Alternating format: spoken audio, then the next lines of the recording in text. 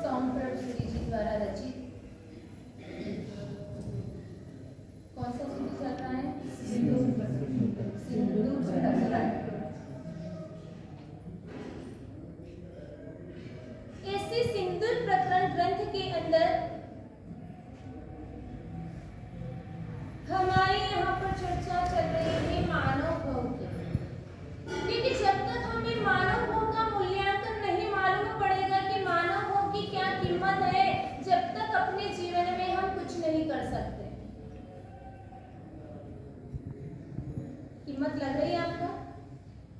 आज घर पर बहनें अगर भोजन बना रही, घर का कार्य कर रही है, घी ढुल गया, तेल ढुल गया, नमक मिर्ची कुछ ढुल गई, हमें अफसोस होता है। घर में कोई अच्छा महंगा सा गुलदस्ता हो या कोई फ्रेम पड़ी हो, बाय चांस नौकर के हाथ से झटकने में गिर गई है, तो हमें उसका दुख होता है। अरे ये तो मैं 5 दिन या 10 दिन या 1 साल पहले ही लाई थी, यह तो मेरे घर में 5-25 साल चलनी थी और यह साल भर के अंदर ही टूट गई है।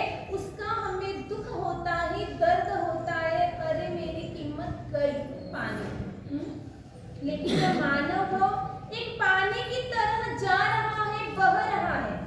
नदी जिस तरह से कलकल करती हुई बहती है, उसी तरह से आज हमारा यह जीवन भी व्यतीत हो रहा है। बीता हुआ कल वापस नहीं आ सकता है। आ सकता है? आप सोच रहे हैं मैं पिछले 25 साल पुरानी चीज में मैं चला जाऊं, जा सकते हैं? 25 साल पहले आप कैसे थे? कैसे थे आप? जवान थे। अगर 60-65 साल का व्यक्ति होगा आज के समय में, तो वो 25 साल पहले क्या था? जवान था। अगर आज के समय में, आज की परिस्थिति में कोई 30-35 साल की महिला हो या कोई पुरुष हो, तो वह सोचेगा मैं 25 साल पीछे जाऊं, तो वो क्या था? बच्चा था। और उस समय की अगर बातों को लेकर याद किया जाए कि ओ मैं कितना अच्छा था, कितना खुश था, कितना सुखी था, ना ही मुझे कोई टेंशन थी, ये सारी चीजें वह सोच कर बैठे और वह सोचे मुझे वापस बचपना लाना है, तो ला सकता है? नहीं ला सकता है। हम जिस प्रेजेंट में रहते हैं, उस प्रेजेंट में रहने की कोशिश कभी भी नहीं करते। करते हैं अभी तक अपन? नहीं। बच्चा सोचता है मुझे बड़ा होना है, बड़ा व्यक्ति सोचता है मुझे बच्चा बनना है। ना कोई टेंशन तो नहीं रहे। इसीलिए किसी कवि ने कहा है, ये तन तो एक नश्वर काया है, उड़ते पंछी की जो माया है, प्रभु ने फरमाया है, गुरु ने समझाया है, प्रभु ने फरमाया है, गुरु ने समझाया है, हमने भी एक दिन सुनी, क्योंकि जीवन की ये राम कहानी है। सबकी घर की घटना है ना, हर आत्मा की यही घटना है।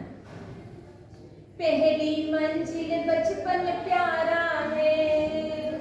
बचपन में बहुत अच्छा लगता था ना, याद करते हैं हम कि पहली मंजिल बचपन प्यारा है, खेल कूद का अजब नजारा है, बचपन भी बीत गया।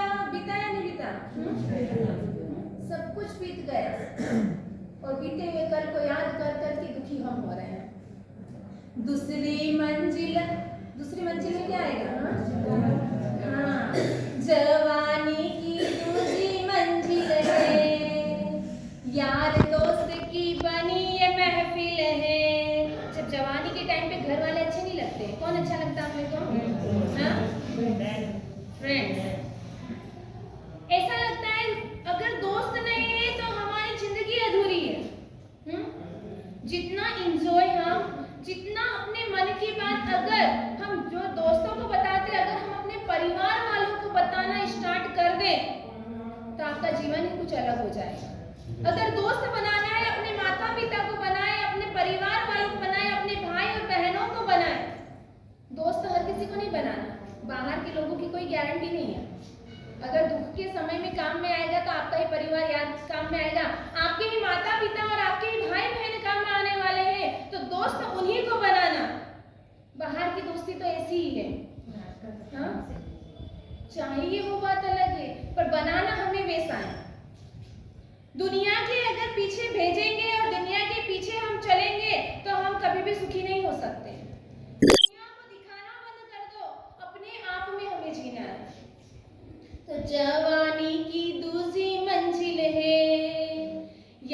दोस्त की बनी ये महफिल है, मौजों की मस्ती में, भोगों की बस्ती में जीवन बीती घड़ी, क्योंकि ये तन तो एक नस्वर काया है।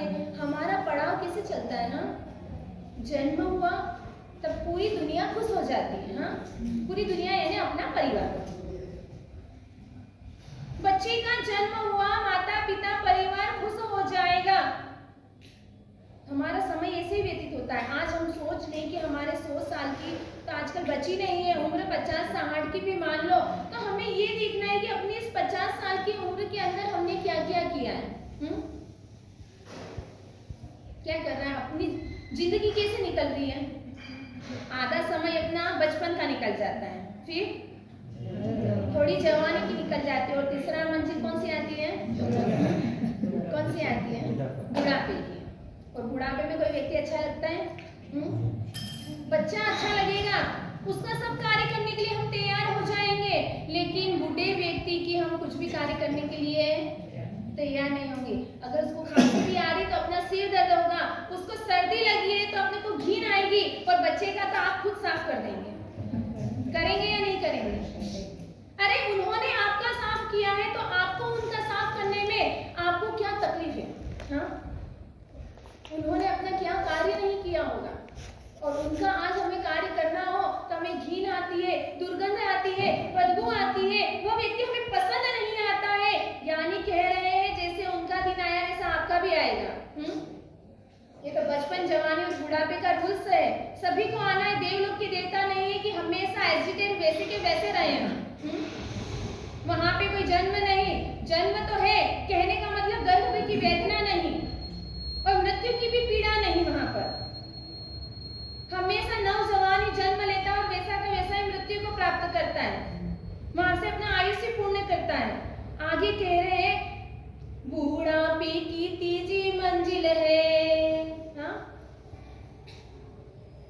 और बीमारी में हालत, हाँ?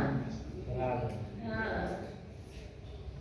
बूढ़ापे में हालत खस्ता है, और पेट में गड़बड़ है, नाक में सड़ है, हाथ में आई छड़ी, क्योंकि ये तन तो एक नस्वर काया है, उड़ती पंछी की ज्यों माया है। हमारा जीवन अरंती पड़ाव आ जाता है, फिर मरण। आखिरी समय में हमारा मृत्यु होती है तब पूरा परिवार आ जाता है। मृत्यु होने के बाद में भले जब जिंदे रहते हैं ना, खाट पे पड़े रहते, तब उनके पास में कोई नहीं आएगा। कोई अच्छा विवेकी हो, संस्कारी हो, कि नहीं मेरे माता पिता का मेरे ऊपर इतना उपकार है तो मैं उपकार का बदला कैसे चुकाऊं, यह मुझे एक बदला, यह एक उपकार चुकाने का एक समय मिला है, मेरा कर्तव्य बनता है कि मैं उनकी सेवा करूं। कई लोग तो आजकल सेवा भावी तो इतने रहते नहीं है। जब बेड पर रहते हैं तो नौकरों के भरोसे छोड़ते हैं। जब आपका जन्म हुआ और आपके माता पिता नौकर के भरोसे छोड़ दे तो फिर वो हमें पसंद नहीं है। लेकिन हम अपने माता पिता को नौकर चाकर के भरोसे छोड़ सकते हैं। उनके बेड पर पड़े पर कभी हम उनकी सार संभाल नहीं ले सकते हैं। जैसे मृत्यु होती तो एक इतना बड़ा फोटो तैयार करवा देते हैं, हाँ? फिर उस पर धूप भी करते हैं और दीपक भी लगाते हैं और एक फूलों की माला भी चढ़ा देते हैं। पर मैं तो बोलूं ना, अगर वो आपकी उस भक्ति से खुश होकर अगर फोटो से बाहर निकल जाए ना, सबसे पहले आपको थप्पड़ लगाए कि जब जिंदा था जब तक तो मेरा कुछ नहीं किया तूने। हाँ, इसलिए कह रहे हैं अगर आरती पूजा जो भी करनी है जिंदे जी माँ बाप की कर लो, मरने के बाद में वो देखने नहीं आ रहे हैं। माता को अगर ओढ़ानी है चुनरी तो मंदिर के माता को मत ओढ़ाइए, अपने स्वयं के माता पिता को ओढ़ा दे, वह खुश हो जाएगी। वो माता की कमी नहीं है, मंदिर वाली माता को, हाँ उसको कोई कमी नहीं है। बहुत भगत बैठे हैं, लेकिन आपकी माता के लिए आप एक ही पुत्र है, 2 ही पुत्र है या 4 ही पुत्र है, उससे ज्यादा कोई दुनिया की लड़की आकर आपकी माता को कुछ ओढ़ाने वाली नहीं है।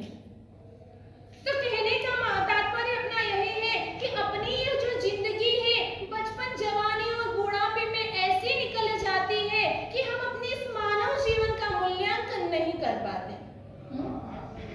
कर पाए? हमारे जो एक आत्मा कहाँ से निकली है, कहाँ से निकली अपनी आत्मा? निगोद से। निगोद से हमारी यात्रा शुरू होती है और अंत कहाँ होता है अपने? अंत कहाँ होगा अपना?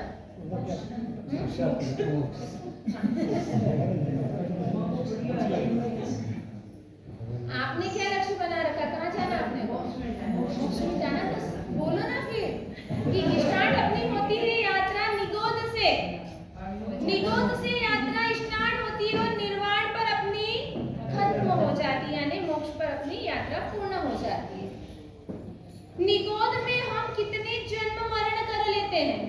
कहते हैं अपनी एक श्वास में निगोद का जीव 17.5 बार मरण को प्राप्त करता है, यानी 70वीं बार मर जाता है, 18वीं बार उसका जन्म होता है। कितनी वेदना! केवल अपनी श्वासोश्वास कितनी तीव्र और कितनी फास्ट है। केवल एक बार की श्वासोश्वास का अपन ने को यहाँ पर बताया है समय, कितनी बार वह जन्म ले लेता है और इतनी बार वह मरण को प्राप्त करता है। निगोद के जीवों का आयुष्य कितना होता है? 256 आवली का। इतना छोटा सा है उनका आयुष्य होता है। अपनी अपन 1 घंटे की जो सामयिक लेते हैं, सॉरी 48 मिनट्स की, 2 घड़ी की जो अपनी सामयिक होती है, उस 2 घड़ी के अंदर तो उनका कितनी बार जन्म मरण हो जाता है? 65,536 बार उनका जन्म मरण हो जाता है। कितनी बार? अब आप सोच लो, अपन निगोद में से ही आए, अपन ने कितनी पीड़ा सहन करी है, कितनी पीड़ा सहन करके आए हैं, जिसकी हम कोई काउंटिंग नहीं कर सकते। इतनी वेदना हम सहन करके आए हैं और यहाँ पर सहन करने को कहे तो अपने से सहन नहीं। किसी की बोली सहन होती है, न गर्मी, न ठंडी, न प्यास, न भूख, कुछ भी हम सहन नहीं कर पाते हैं। वहां पर तो अमुक अपने पास में बोलने के लिए कोई इंद्रिय नहीं थी ना। केवल सहन करते जाओ। अपनी जो पीड़ा है, अपना जो दर्द है, वो हम किसी को व्यक्ति को व्यक्त भी नहीं कर सकते हैं। इस 14 राजलोक में ठास ठास के ऐसे असंख्य गोले ऐसे निगोद के हैं, असंख्य ऐसे गोले, बहुत हाई लेवल का है, आपको इतना समझ भी नहीं पड़ेगा। अपना जो 14 राजलोक है, जो एक खड़ा व्यक्ति जो कमर पर हाथ रखकर खड़ा रहे, ऐसा 14 राजलोक का नक्शा है। और उस 14 राजलोक के अंदर असंख्य ऐसे गोले हैं निगोद के। और उस असंख्य निगोद में से अभी तक मोक्ष में कितने गए हैं? हाँ, अगर एक गोला लेना, उसका अनंतवा भाग भी लेना, उतना भी आत्माएं मोक्ष में अभी नहीं गई है, लेकिन फिर भी वहां पर अनंत आत्माएं, क्योंकि यहाँ पर इसकी काउंटिंग इतनी ज्यादा है। निगोद में जीव इतने हैं, इसी वजह से कहा है यह दुनिया अनादिकाल से चलती आ रही है और अनादिकाल तक चलती रहेगी। तो ऐसा हमें मूल्यवान कहते हैं। आप मार्केट में जाएंगे, घड़ी का मूल्य है, रत्न का मूल्य है, कि रत्न भी महंगा सा महंगा होगा तो 5 लाख का, 10 लाख का, 50 लाख का, करोड़ का, 10 करोड़ का मिल जाएगा। लेकिन अगर इस मनुष्य जीवन को खरीदना है तो इसका कोई मूल्य नहीं, इसका कोई मूल्य नहीं है। बड़ी मुश्किल से हमें यह मानव भाव मिला है, अब इसे हमें व्यर्थ नहीं करना है। कहते हैं, अपन ने कल बात करी थी कि 10 दृष्टांतों से दुर्लभ है यह मनुष्य जीवन। किससे? 10 दृष्टांत किस किस को मालूम है? 10 दृष्टांत किसे मालूम है? गुरु जी को मालूम होगा। हाँ, और किसे मालूम है? ब्रह्मदत्त चक्रवर्ती का नाम सुना होगा आपने। मानव जीवन का मूल्यांकन करते हुए 10 दृष्टांतों के अंदर एक यह दृष्टांत भी ज्ञानियों ने कहा है। कांपिल्यपुर नगर के अंदर ब्रह्म नाम का राजा और उसकी रानी का नाम था चुलनी। चुलनी के द्वारा एक पुत्र का जन्म हुआ और उसका नाम रखा गया ब्रह्मदत्त। क्या रखा है? ब्रह्मदत्त। अपने जिन शासन में 63 सलाह का पुरुष बताए हैं, 63 सलाह का पुरुष के अंदर कितने चक्रवर्ती बताए हैं? 12 चक्रवर्ती। इसी 12 चक्रवर्ती में एक ब्रह्मदत्त चक्रवर्ती भी हुए हैं। और काल समय में ही ब्रह्म राजा का देवलोक गमन हो गया, वह स्वर्ग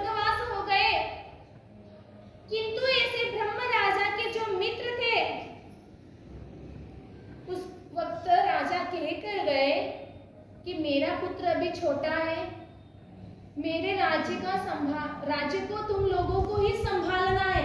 ऐसे मित्र भी हुआ करते थे।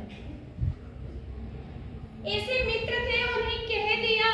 तब दीर्घपृष्ठ राजा ने कहा, ठीक है, ये सारी जिम्मेदारी आज से मेरी है। समय व्यतीत होता गया, किंतु जैसे जैसे दिन बीतते गए और ऐसे दीर्घपृष्ठ राजा को ऐसे चुलनी के प्रति मोह जागृत हुआ। चुलनी भी अकेली थी। चुलनी ने भी दीर्घपृष्ठ राजा को देखा, दोनों के अंदर संबंध बन गया और इधर ब्रह्मदत्त दिन प्रतिदिन बड़ा होता जा रहा है। ब्रह्मदत्त को यह सब देखने पर मालूम पड़ रहा है कि यह तो अकृत्य जैसा करने जैसा नहीं है। मित्र की पत्नी तो उसके लिए माँ के समान होती है और यह मेरे अंकल यानी कि मेरे पिताजी के जो मित्र राजा हैं, वह मेरी माता के साथ क्या कर रहे हैं। मेरी माता भी कितनी दुराचारिणी हो गई है कि जो पर पुरुष का सेवन कर रही है। और उस वक्त दीर्घपृष्ठ राजा को समझाने के लिए ब्रह्मदत्त ने कई तरह से दृष्टांत दिए। कई बार लेटर के माध्यम से, कई बार ऐसे पक्षियों को भेजकर उन्हें मरवा कर कि कहाँ यह और कहाँ कौवा। अगर कौवा उस चीज की आशा करेगा तो कौवे को मरना ही पड़ेगा। ऐसे दृष्टांत के माध्यम से इसे ब्रह्मदत्त ने दीर्घपृष्ठ राजा को समझाने की कोशिश की कि आप जो ये कार्य कर रहे हैं अच्छा नहीं है। लेकिन फिर भी दीर्घपृष्ठ माने नहीं। दीर्घपृष्ठ ने किसको बात कही? रानी चुलनी को, कि जो तुम्हारा पुत्र है, हम जो कार्य करते हैं वह सभी घटनाएं इसी ब्रह्मदत्त को मालूम पड़ गई है। अब मेरा यहाँ रहना बड़ा मुश्किल हो जाएगा, तुम्हें कुछ ना कुछ करना पड़ेगा। और उस वक्त चुलनी ने क्या कहा? चुलनी भी प्रेम में अंधी हो गई। एक माता जिसे अपना पुत्र प्राणों से प्यारा होता है ना,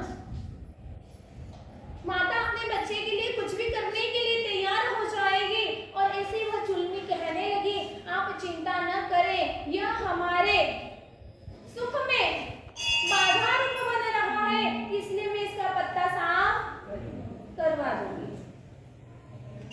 और चुलनी ने यह एक प्लान षड्यंत्र रच दिया। ब्रह्मदत्त विवाह के लायक हो गया कि अब इसका विवाह करवाना देना चाहिए। किसी नगर के राजा की पुत्री के साथ में इसे ब्रह्मदत्त का विवाह करवाया जा रहा। किंतु यह खबर कानों कान मंत्री के कानों में पहुंच गई कि ब्रह्मदत्त को मरवाया जा रहा है, उसके लिए लाक्षागृह बनवाया जा रहा है। शादी की रात में उसको वहीं पर ठहराएंगे और वहां पर आग लगा दी जाएगी और हमेशा हमेशा के लिए वह मृत्यु को प्राप्त कर लेगा। यह प्लान रानी ने अपने पुत्र को मारने के लिए तैयारी करवा दी। अब बताओ संसार में किसका क्या भरोसा? हाँ, मंत्री को जैसे ही खबर पड़ी, मंत्री भी होशियार था। उसने जहां पर लाक्षागृह बनवा रहे हैं, उसने गुप्त रीति से उसी महल के अंदर से एक अंडरग्राउंड एक ऐसा बनाया कि नगर के बाहर जंगल के वहां पर वह दरवाजा खुलता हो।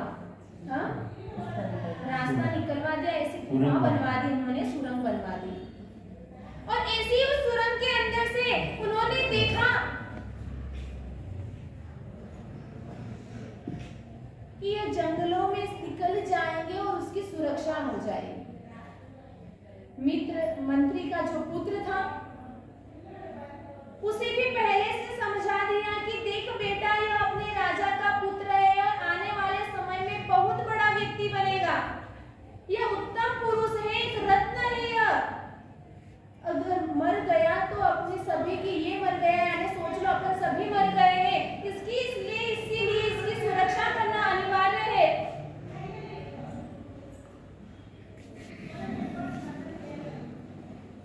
ब्रह्मदत्त को कुछ भी खबर नहीं है।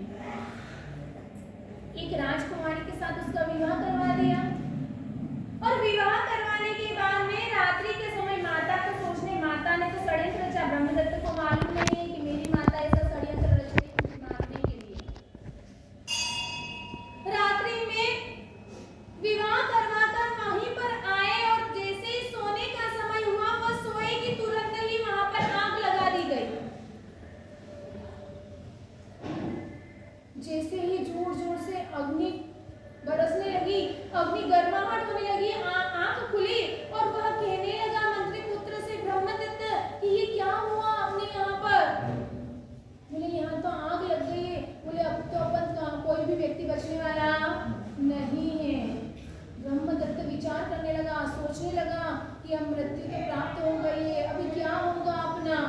मेरे तो सारे सपने संजोए हुए थे वो सारे पूरे हो गए। मंत्री ने कहा कोई बात नहीं, आप चिंता न करें, आप इधर चलिए, इस दरवाजे को धक्का दे लात से, अपन एक रास्ता निकालते हैं। तुरंत धक्का दिया और सुरंग में से वह निकलने लग गए। और उसी वक्त वह क्या कहने लगा, ब्रह्मदत्त इस राजकुमारी को भी उठाते हो क्योंकि ये मर जाएगी, इसको लेकर चलते हैं। तब उस मंत्री पुत्र ने क्या कहा, आप चिंता न करें, जिसके साथ में आपका विवाह हुआ वह राजकुमारी नहीं, किसी दासी की पुत्री है, वह इसे यहीं पर छोड़ दें और अपनी जान बचाएं। तुरंत मंत्री पुत्र और ब्रह्मदत्त उस सुरंग में चले गए। जंगलों से होते होते वह अपना जीवन व्यतीत कर रहे हैं। मंत्री पुत्र भी उसी के साथ में वैसा ही ध्यान रख रहा है। और उस जंगलों में जो इतनी आफतें और कष्ट आए, उस समय एक ब्राह्मण ने भी उनका साथ कर लिया। हाँ, एक ब्राह्मण ने भी उनका साथ किया। जैसे जैसे कष्ट वह सहन कर रहे थे, ब्राह्मण भी उन कष्टों को सहन कर रहा था। तब एक वक्त वह ऐसा जानकार था, उसने कहा था कि तुम चक्रवर्ती बनोगे। एक तुम्हारे हाथों में ऐसी रेखाएं दिख रही है कि बहुत बड़े साम्राज्य के राजा बनोगे आप, देशों के राजा बनोगे आप। और उसी वक्त ब्रह्मदत्त ने कहा, अगर तेरी बोली फिर गई, तूने जो वचन दिया है वह हो गया, तो जैसे ही तुझे जानकारी मिले कि ब्रह्मदत्त राजा चक्रवर्ती बना है, तू मेरे पास में आ जाना और तूने जो बोला है उसके अनुसार हो जाए तो तू जो मांगेगा वह मैं तुझे देने के लिए तैयार हूँ। ऐसे करते करते समय व्यतीत होता गया। कई राज्यों को उसने जीता और जीतने के बाद में इस नगर पर उसने सोचा था कैसे भी करके मुझे मेरे पिता का राज्य चाहिए।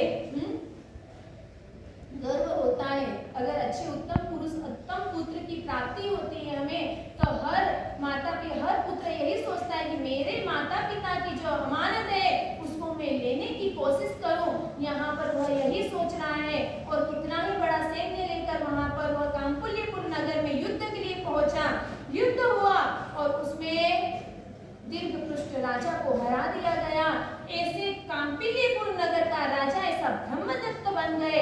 ऐसे जीतते जीतते कई राज्यों को जीता और ऐसे 6 खंड के अधिपति ऐसे ब्रह्मदत्त हो गए। कई कन्याओं के साथ में ब्रह्मदत्त का विवाह हुआ। इधर जो ब्राह्मण था उसे खबर पहुंची कि वह जो ब्रह्मदत्त है वह चक्रवर्ती राजा बन गया है। अब मैं जाऊं और उससे कुछ मांग कराऊं। क्या सोचा, जाऊं और कुछ मांग कराऊं। पहली बार गया तो सैनिकों ने उसे अंदर आने नहीं दिया। ब्राह्मण सोचने लगा जिसके साथ में मैं खाता था, जिसके साथ में पहनता था, जिसके साथ में उठना बैठना किया, आज वही उस व्यक्ति को मिलने के लिए मुझे अनुमति लेनी पड़ रही है। ऐसा ही है समय। बचपन में आप फ्रेंड दोस्त खेले होंगे और वह आपका दोस्त अच्छे बड़े पद पर आ गया, उसके बाद में आपको उससे मिलना हो तो क्या करना पड़ता है अपने को? हाँ, अपॉइंटमेंट लेना ही पड़ेगा ना। ऐसे आप नहीं मिल सकते, अरे मेरा ये तो बचपन का यार है, इसको मिलने के लिए मुझे किसका अपॉइंटमेंट लेना, किसकी परमिशन लेना, मैं तो ऐसे ही चला जाऊंगा। नहीं, ऐसे आप नहीं जा सकते। बचपन की बातें कुछ और थी और अभी की बातें कुछ और है। अब ब्रह्मदत्त राजा से उसे मिलना जरूर है। ब्राह्मण सोच रहा है किस तरीके से मिला जाए, ऐसे तो मुझे सैनिक अंदर जाने नहीं देंगे। और इसी वजह से ब्रह्मदत्त राजा की सवारी निकल रही थी। अब उसने सोचा अब मैं ऐसा कार्य करूं कि ब्रह्मदत्त राजा की मुझ पर नजर चली जाए। और ऐसे उस ब्राह्मण ने जूतों की माला बनाई और मेन स्तंभ के वहां पर जाकर उसने लटका दी और वहां पर वह खड़ा हो गया। ब्रह्मदत्त राजा की सवारी आ रही और जैसे ही सवारी आए ब्रह्मदत्त राजा की नजर उस माला पर चली गई कि यह कौन सी माला है, यह तो जूतों की माला है। ऐसा अकृत्य करने वाला, ऐसा कार्य करने वाला कौन? जैसे ही नजर वहां पास में खड़े हुए ब्राह्मण पे गई, जैसे ही उस ब्राह्मण को देखा और ब्रह्मदत्त समझ गए अरे यह तो मेरा जंगल में रहने वाला ब्राह्मण जो मेरे साथ में अनेक कष्टों को सहन और कहने लगे चलो मेरे साथ। पास के इस आसन पर उसको भी बिठाया। सभी लोग सोचने लगे ये क्या। जब कृष्ण को मिलने के लिए सुदामा आए थे, हाँ? जब सुदामा की बात सुनी, केवल आवाज सुनी, कहा कि सुदामा आया है, और कृष्ण महाराजा कैसे हो गए थे, खुश हो गए, दौड़ चल गए, उनके पैरों का पानी से प्रक्षालन कर दिया दूध से। ये उनके अंदर एक मित्रता थी। यहाँ ब्रह्मदत्त को भी लगा कि अरे ये तो मेरा साथी है। तुरंत उस ब्राह्मण के पास पहुंचे और उसे अपने बाजू के आसन पर बिठा दिया। राजमहल में जाने के बाद बात पूछी कि कैसे आना हुआ, आपको कैसे खबर पहुंची। सारी घटनाओं का समाचार उस ब्राह्मण ने दिया कि मुझे इससे मालूम पड़ा और आज मैं अपने वचनों के अनुसार मैं आपसे कुछ मांगने आया हूँ। ब्रह्मदत्त ने कहा मांगो, तुम्हें क्या चाहिए, जो तुम मांगोगे वो मैं देने के लिए तैयार हूँ। अब ब्राह्मण सोचने लगा कि मैं राजा से क्या मांगू। ब्राह्मण ने सोचा आप दे ही रहे तो मैं पहले अपनी पत्नी से पूछ कर आ जाता हूँ। क्या सोचा, मैं अपनी पत्नी से पूछ कर आ जाऊंगा, फिर आपको बताता हूँ कि मुझे क्या चाहिए। राजा ने कहा ठीक है, पत्नी से पूछ कर आ जाओ। राजा तो सोच रहा था कि कोई छोटा देश नगर ऐसा कुछ मांगेगा, लेकिन वो भी देने के लिए वो तैयार है। ब्राह्मण घर गया, पत्नी से पूछा। पत्नी सोचने लगी अगर मैं धन मांग लूं कि मुझे बहुत सारा धन चाहिए या कोई नगर का राज्य चाहिए, नगर या राज्य चाहिए, तो यह ब्राह्मण तो मुझे छोड़कर चला जाएगा। क्या सोचा, ये ब्राह्मण मुझे छोड़कर चला जाएगा, मेरे साथ में रहने वाला नहीं है, दूसरा विवाह कर लेगा, कई राजकुमारियों के साथ उसका विवाह हो जाएगा। इसलिए पैसा धन दौलत या राज्य नगर मेरे को नहीं चाहिए। हम हैं ब्राह्मण, हमें मेन जरूरत किस चीज की होती है, भोजन की रहती है और दक्षिणा की। तो उसने विचार कर लिया कि राजा से यही मांग लिया जाए कि राजा स्टार्टिंग आपके घर से और आपके जितने खंड है, 6 खंड के जितने राज्य राजा वगैरह जो भी है, जितने घर है वहां पर सभी के घरों पर भोजन हमें करवाना, प्रतिदिन एक घरों पर, और एक सोना मोहर देना।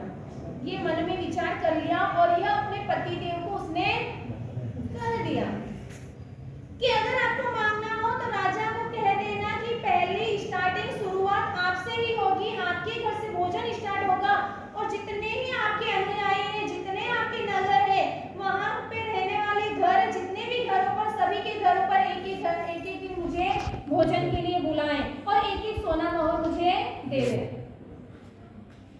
अब ब्राह्मण की बुद्धि तो अपनी पत्नी में ही थी। पत्नी ने जितना कहा उतना उस ब्राह्मण ने जाकर कह दिया।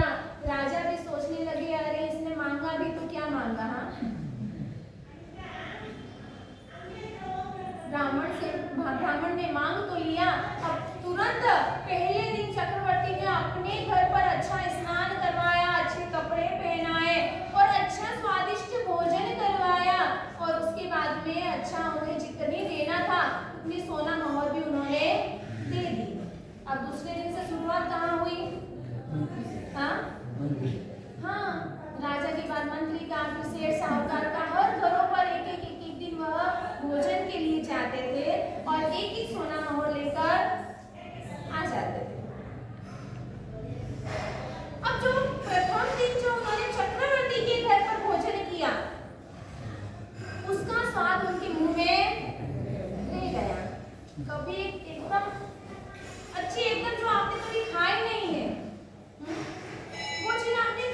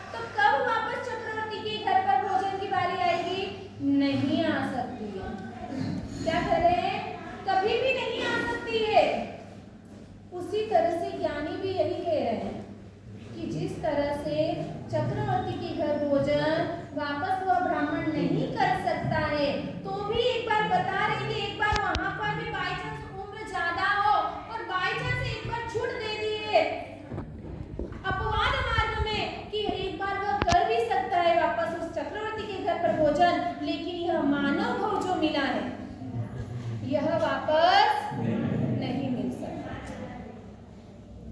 मिल सकता है? हाँ? बोलो बोलो बोलो, मन में मत रखो कुछ। अच्छी करनी करेंगे फिर भी मनुष्य का अवतार मिलना बहुत मुश्किल है। एक बार आप पुण्य कमा लेंगे और पुण्य का उपार्जन होने से आपको देव गति जरूर मिल जाएगी, लेकिन मनुष्य भाव को प्राप्त करना बड़ा ही मुश्किल है। एक गरीब के लिए, एक भिखारी के लिए जिस तरह से 5 पकवान प्रतिदिन मिलना मुश्किल है, रोजाना वो 5 पकवान नहीं खा सकता है, उसी तरह से हमारे लिए भी यह मनुष्य जीवन मिलना वापस बहुत ही दुर्लभ है। और ऐसा ही मनुष्य जीवन अब हमें मिला है,